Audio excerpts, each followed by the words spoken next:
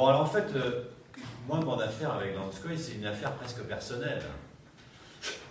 Comme grâce à mon frère Jean-Claude, quand j'avais 17 ans, donc je crois que ça devait être en 65, ben, j'ai eu la chance de rencontrer André Lanskoï.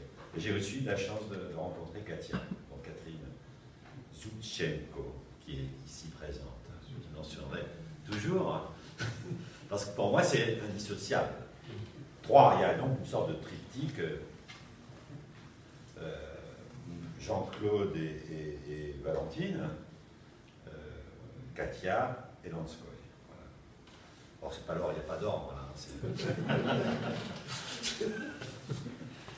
Et donc moi j'ai été très très séduit par ce personnage, vous avez vu, hein. Vous avez vu des images de lui. Et puis par la beauté, la luxuriance de la couleur. Donc c'était l'époque 66, je me souviendrai très bien, parce que je crois que Valentine et Jean-Claude avaient fait une exposition de la Genèse dans leur appartement de la rue Saint-Sulpice.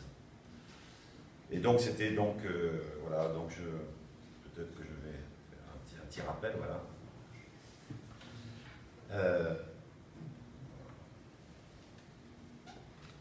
Ça passe, hein. Voilà, et c'est aussi évidemment, ce qui m'a séduit aussi, c'était évidemment le fait qu'il s'intéresse à Gogol.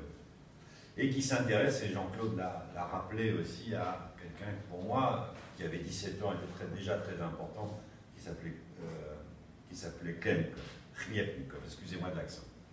Pas le même accent que mon frère, malheureusement.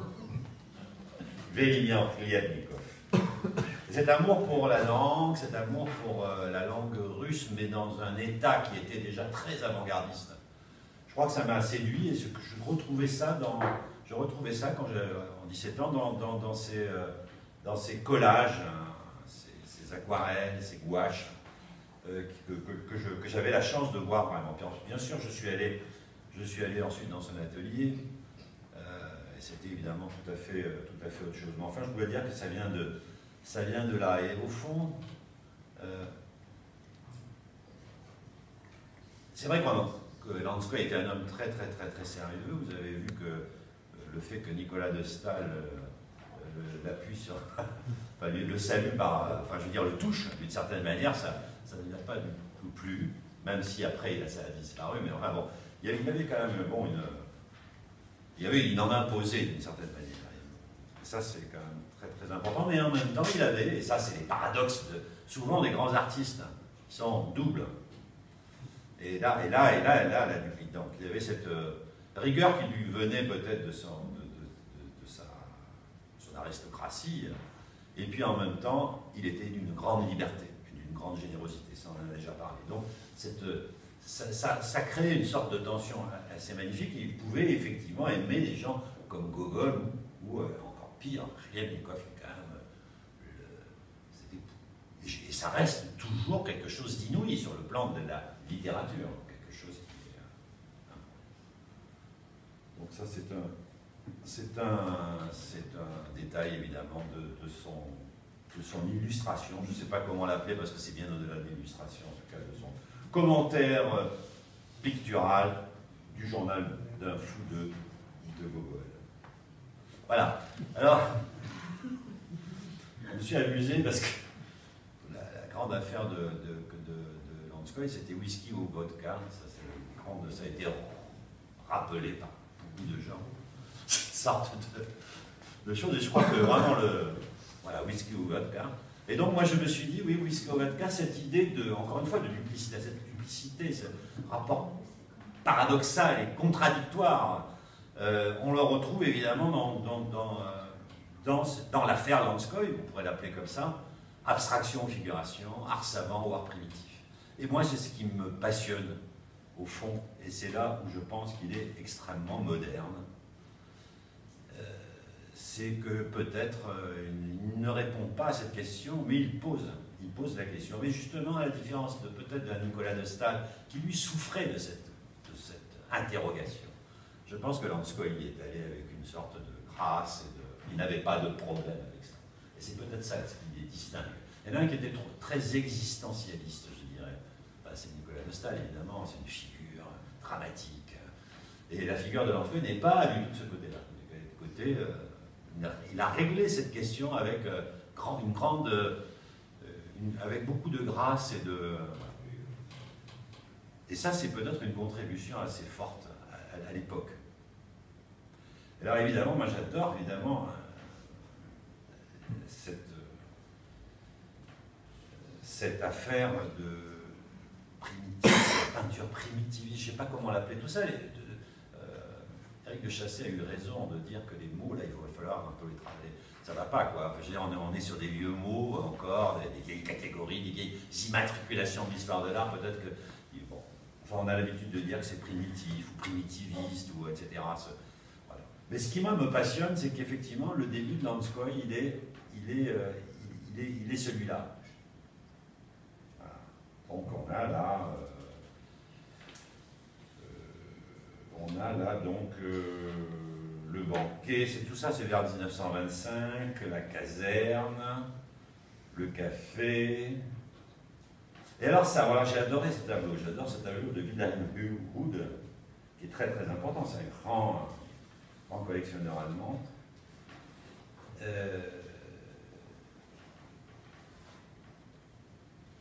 Qui assiste à la naissance du cubisme, entre donc 1907 et 1910, qui se passionne pour le douanier Rousseau, qui organise sa première exposition, l'exposition du douanier Rousseau en 1909, et qui écrit sa première monographie en 1911, qui s'est marié, c'est un mariage arrangé avec Sonia Stern-Terk, Sonia Delaunay, qui a fait donc Lanskoi a fait aussi un tableau, mais je n'ai pas retrouvé le tableau de Sonia Delaunay, enfin Stern-Terk. Mais ce qui me passionne, c'est ce tableau. Alors, vous voyez, Wilhelm Hood, en réalité, il était homosexuel. Ça se voit un peu dans la reproduction, dans le portrait que fait... il est incroyable, ce portrait de Lanskoi. Et voilà, donc ça, je repars sur ce tableau incroyable de Lanskoi. C'est un tableau, donc, oui, un autoportrait. Évidemment, c'est très très relié à son amour aussi, à l'amour commun qu'ils avaient avec Wilhelm Hood, avec le douanier Rousseau. Toi, tu parles évidemment de l'icône, mais quand même, on peut aussi parler de... Bien sûr. De Guillaume, pas de Guillaume Apollinaire, mais du douanier Rousseau. Et donc cette affaire, donc là, bon, on a déjà vu la famille Rose donc de 38-40, on voit que c'est quand même ça continue hein, de manière. Moi, ce qui m'a intéressé évidemment, c'est ce rapport à Larionov. Bon, Jean-Claude en a parlé, et ça m'a fait penser évidemment à une phrase les phrases de Lanskoi sont magnifiques. Hein. Et alors ça renvoie à ce que j'ai envie de dire surtout ce que Lanskoi dit sur cette affaire de la figuration d'abstraction. Que l'on soit figuratif ou abstrait, il faut trouver son rythme. Chaque personne a son rythme. Je m'en suis aperçu chez un coiffeur, chez mon coiffeur. Ce qui est drôle parce qu'il n'avait pas de cheveux, mais quand même. Hein. La question du coiffeur. Là, je me suis dit, c'est drôle. Des souvenirs de jeunesse. Souvenirs de jeunesse. C'était là-bas. Il allait chez le barbier. Bah oui.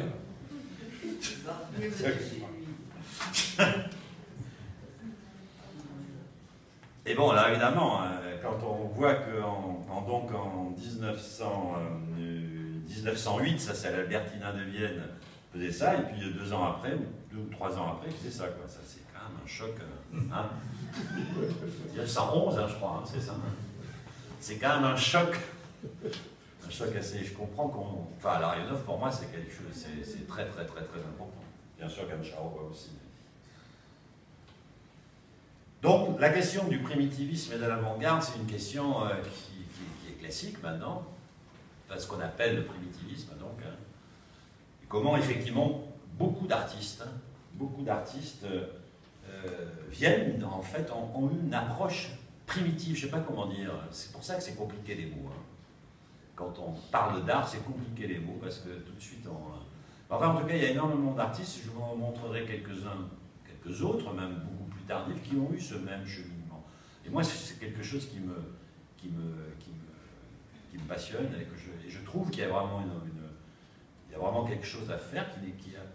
On commence à creuser la question de l'art brut et l'art vraiment très contemporain, les connexions qui s'opèrent. Beaucoup d'artistes d'aujourd'hui sont obsédés par l'art brut. Mais c'est pas nouveau. Voilà. Bon, c'est pas nouveau. C'est, je pense, quelque chose du XXe siècle. C'est quelque chose vraiment de la modernité. La modernité, elle joue avec, elle a besoin d'avoir des sources, que ce soit des sources populaires de son propre pays. On pense bien sûr à la Russie qui a des sources populaires énormes, et que ce soit aussi le recours, évidemment, à l'ailleurs, au primitivisme, enfin, à l'art africain, à l'art chez les surréalistes, c'est quasiment tous les arts non occidentaux qui tout d'un coup sont objets d'intérêt. Donc il y a vraiment cette nécessité de se ressourcer dans de ressourcer l'art dans quelque chose qui est, je ne sais pas si c'est premier, maintenant on dit les arts premiers, pour quelque chose qui est au cœur, enfin qui ne dépend pas forcément des écoles, justement, des cursus, qui est véritablement dans l'idiosyncrasie, je ne sais pas comment on va dire. Hein, c'est un mot un peu... Hein, quelque chose comme ça, non? Alors là, évidemment, on a déjà montré cette production de ce passage, évidemment, important. On voit vraiment comment la peinture prend le dessus, commence à prendre le dessus sur le sujet. Donc ça, c'est le portrait d'homme de 38 et 40 qui est au musée de Villeneuve-d'Ascq. Alors là aussi, ça c'est une composition sur fond noir de 47 qui marque une rupture, mais ça on a déjà parlé. Donc là, je vais balayer quelques... Mais quand même, ce qu'il dit, bon, je ne vais pas me répéter, mais ce qu'il dit sur l'abstrait et figuratif, bon, on le comprend, hein, c'est-à-dire que comme il dit abstrait et figuratif, ce ne sont que des mots, là encore, hein. Il ne faut pas peindre de l'abstrait ou du figuratif, il faut peindre un tableau. Ça, j'aime beaucoup cette simplicité avec laquelle, et quand on prend de la couleur sur la palette, elle n'est pas plus figurative ou plus abstraite. Dans la voie que je suis actuellement, il me semble que je suis aussi éloigné de l'abstrait que du figuratif. Je fais du non-figuratif d'après nature. J'aime beaucoup cette idée de non-figuratif d'après nature. C'est essentiel. Oui, c'est vraiment essentiel. Et donc voilà. Donc là, c'est vraiment des magnifiques élans pathétiques, 1949, hein, incroyable. Mascarade, donc on l'a déjà vu vers 1950, qui est au musée des... Non, est-ce que c'est Mascarade, ça oui, qui est au musée des Beaux-Arts de Lille. Alors j'aime beaucoup celui-ci, qui est oublié sous la neige, de 51. C'est le titre, le rapport entre le titre et ça a été mentionné un petit peu, mais là je crois que c'est impressionnant. Et puis bon, évidemment, alors les couleurs sont... Ah non, ça passe quand même. Hein. Composition rouge sur fond noir. Alors bon, la question de la couleur, je vais un peu en parler à ma manière. La question du fond noir. Et moi, évidemment, la question du fond noir, qui commence... Je n'ai pas de préférence pour aucune couleur, mais dans chacun de mes tableaux, il y en a toujours une qui passe en vedette. J'aime bien cette expression. Donc, alors, évidemment, Paolo Uccello, ça c'est vraiment, je crois, pour lui, la référence. Et pour moi, j'y vois évidemment une relation très forte. Bataille de San Romano, 1456. Et quand il dit, en André Lanskoï dit, le noir n'a pas de parenté avec le gris n'est qu'un état du noir.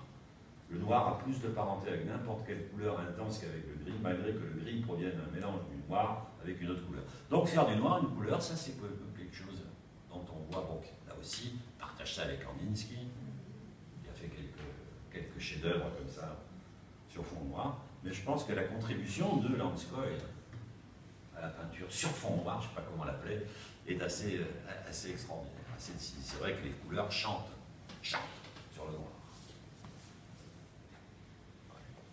Bon, ce ne sont que des reproductions. Hein.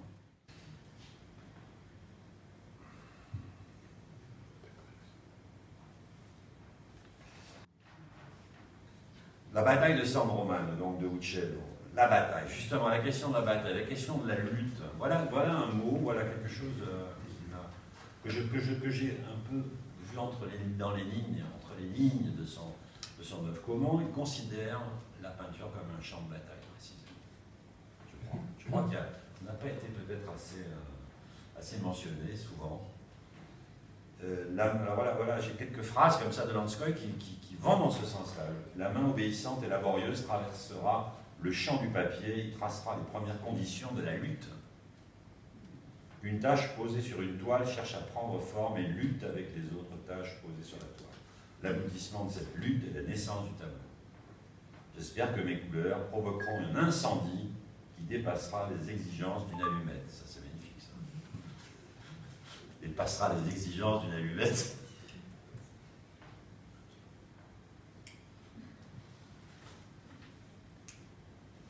Alors, Jean-Claude, il a dans un texte, il n'en a pas parlé aujourd'hui, Jean-Claude, mon frère, Marcadet, il a bien mis en relation la peinture de Lanskoi avec la fameuse lettre du voyant de Rimbaud à Paul Démeny en 1871.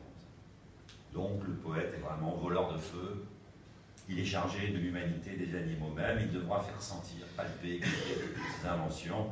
Si ce qu'il rapporte de là-bas a forme, il donne forme. Si c'est informe, il donne de la forme. Trouver une langue. Ça, c'est vrai que cette fameuse lettre du voyant de Rimbaud est une des clés, moi je trouve, voilà. Il y a quelque chose du voleur de feu chez Lanskoi, indéniablement, et il y a une ivresse. Parler de dimension dionysiaque, oui, elle existe, même si on peut la. Je vais sans doute mettre un petit. Oui, bien que la fameuse opposition nietzschéenne de l'apollinien et du dionysiaque soit une fausse opposition, parce que pour Nietzsche, elle n'existe pas. Et je pense qu'elle ne va pas non plus, mais on verra ça tout à l'heure, exister chez Lanskoi. En réalité, il est aussi bien apollinien, et c'est ça peut-être sa force que dionysiaque. Mais enfin, ce qui est mis en avant d'une certaine manière, c'est la dimension d'ivresse, dimension dionysiaque. Quand il dit « j'ai apporté de mon pays du sang barbare », il joue là-dessus, en tout cas sur cette dimension-là. Et c'est vrai que les termes de la critique à l'époque, et je pense à la belle page de Jean Grenier, c'est fulgurance, exaltation, luxuriance, fièvre, explosion, jaillissement. Ça, c'est les termes qui sont employés par la critique quand devant les tableaux d'André Lanskoi.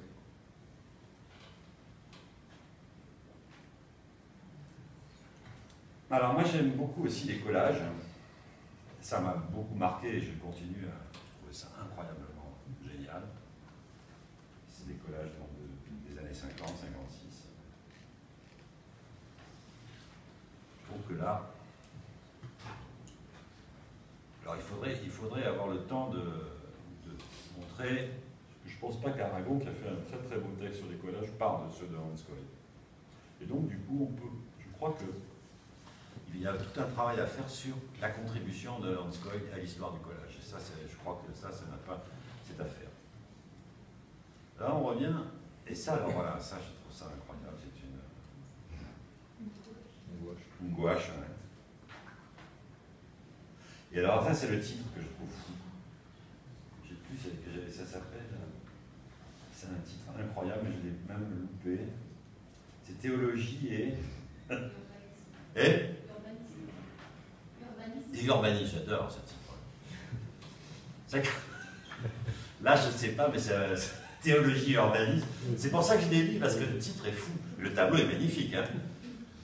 C'est pas ce qu'il donne en reproduction. Ouais, bon. Mais théologie et urbanisme, c'est magnifique. Ça veut dire que quand même, le Gogol, il est derrière, quand même, derrière le Lanskoi. Hein. Pas loin. ton côté sévère. Et donc voilà, on en revient à cette fameuse scène primitive de 1950. Donc Léo Castelli faisant une exposition chez Sidney Janis à New York. Là où je crois qu'il y a un Ad Reinhardt. Donc en tout cas, le pauvre Lanskoi, il est là-bas, hein, avec un Pollock à côté.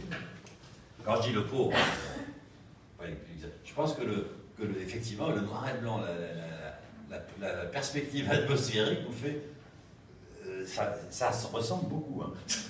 Et moi j'ai lu des trucs, c'était le number 8, c'était nombre 8, mais alors vraiment ils l'ont mis dans l'autre sens, parce que moi le nombre 8, le number 8 de Jackson Pollock, je le vois comme ça. Mais là j'ai l'impression qu'ils l'ont mis comme ça. Je sais pas, peut-être qu'ils s'en foutaient. Hein. Je sais pas, mais c'est drôle. J'ai lu que c'était ça qui était présenté. En tout cas, ce qui est extraordinaire, quand on voit effectivement aussi, c'est... Il y a une famille, hein. C'est drôle. Alors moi, je me suis amusé, évidemment. Enfin, l'idée, c'était de continuer, non pas de continuer, mais de... Bon, je me suis dit, là, c'était vraiment le début de la bataille. Hein, parce que là, la bataille, c'était une autre bataille entre les États-Unis et l'Europe, parce que c'est à ce moment-là qu'il y a eu des histoires entre Soulages et Franz Klein, pour savoir qui c'est, qui copiait l'un ou l'autre. Il y a vraiment des dossiers. C'est récurrent hein, dans l'histoire de l'art moderne et même contemporain. Il y a des histoires entre Sol Lewitt et François Morellet, Stella et François Morellet. Il y a vraiment énormément de batailles entre l'Europe et les États-Unis. Mais c'est vrai que cette bataille est inaugurée dans cette exposition. C'est pour ça qu'elle est... Et Lanskoi est un des témoins de cette bataille. Alors lui, on ne dit pas qu'il copie Pollock le copie. Hein. On le met simplement en compte. C'est drôle, mais enfin, en tout cas, à la faveur de cette exposition incroyable, Lanskoi, en tout cas, et je pense que vous avez eu raison de dire que c'est... Donc c'est vrai que c'est le passage, sans doute, passage de la prééminence, évidemment, de l'art américain sur l'art européen, cette exposition, d'une certaine manière. Ça. Mais ce qui est intéressant, c'est que quelqu'un comme Marcel Brion, j'avais remarqué, qui essayé de voir en quoi Lanskoi était différent de Pollock quand même. C'est quand même une énorme différence. Et je trouve que son texte est très beau. Texte de Marcel Brion sur...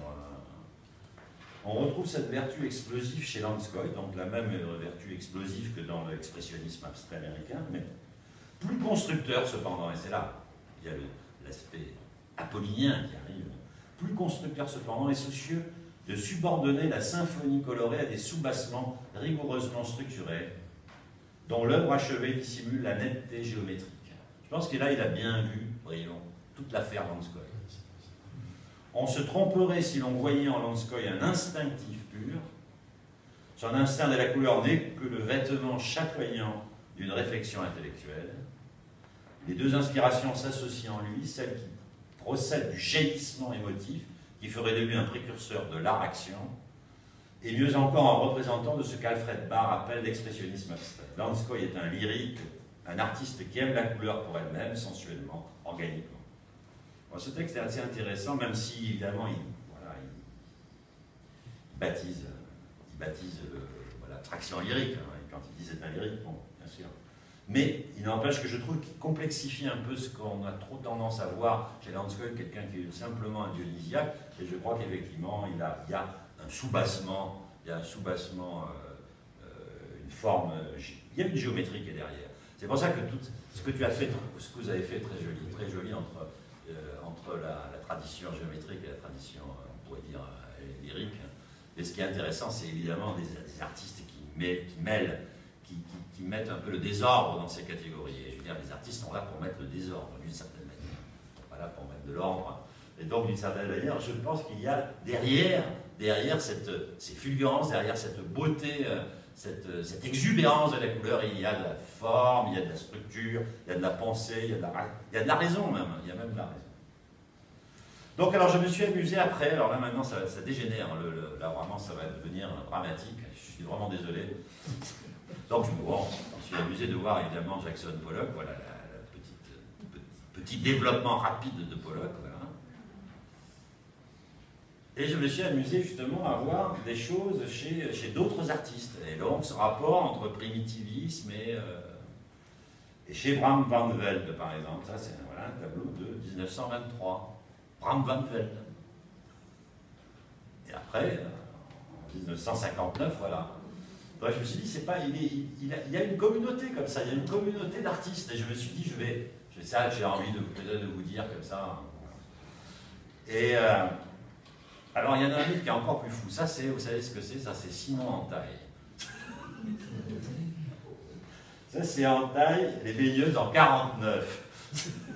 Alors, évidemment, vous avez vu, il y a quelques éléments abstraits, quand même. C'est drôle. Et puis voilà. En 74.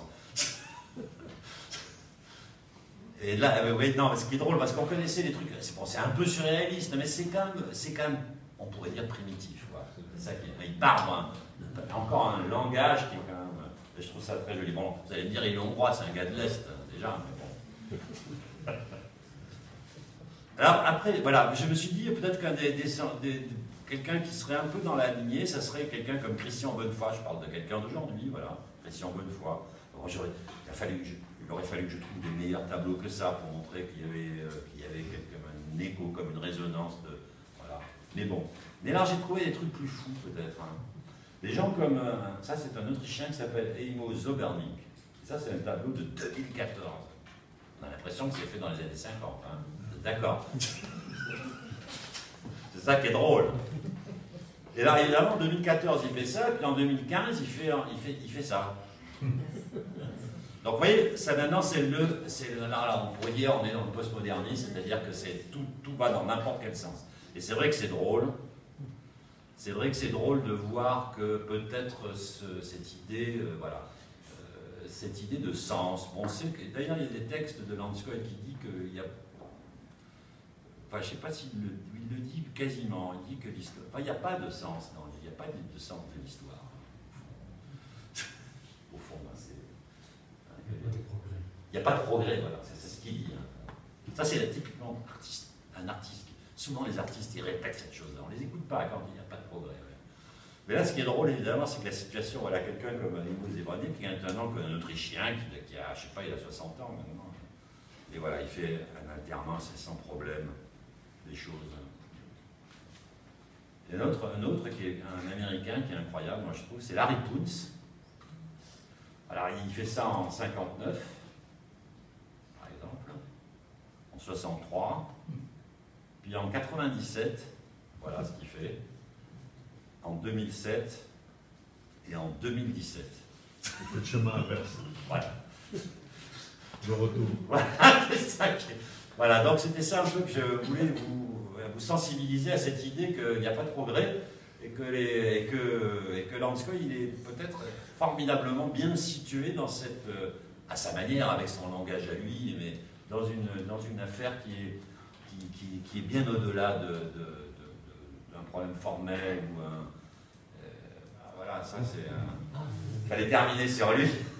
Et donc le peintre n'est pas seulement, dit Landskoy, le transmetteur de messages ou un prophète, mais aussi un faiseur de jolis objets. Alors on a beaucoup glosé avec raison sur la dimension spirituelle de la peinture de Landskoy, mais Landskoy avait conscience que la peinture c'est aussi trivialement, prosaïquement, un tableau, et en ce sens il est moderne, pour ne pas dire contemporain. Je vous remercie.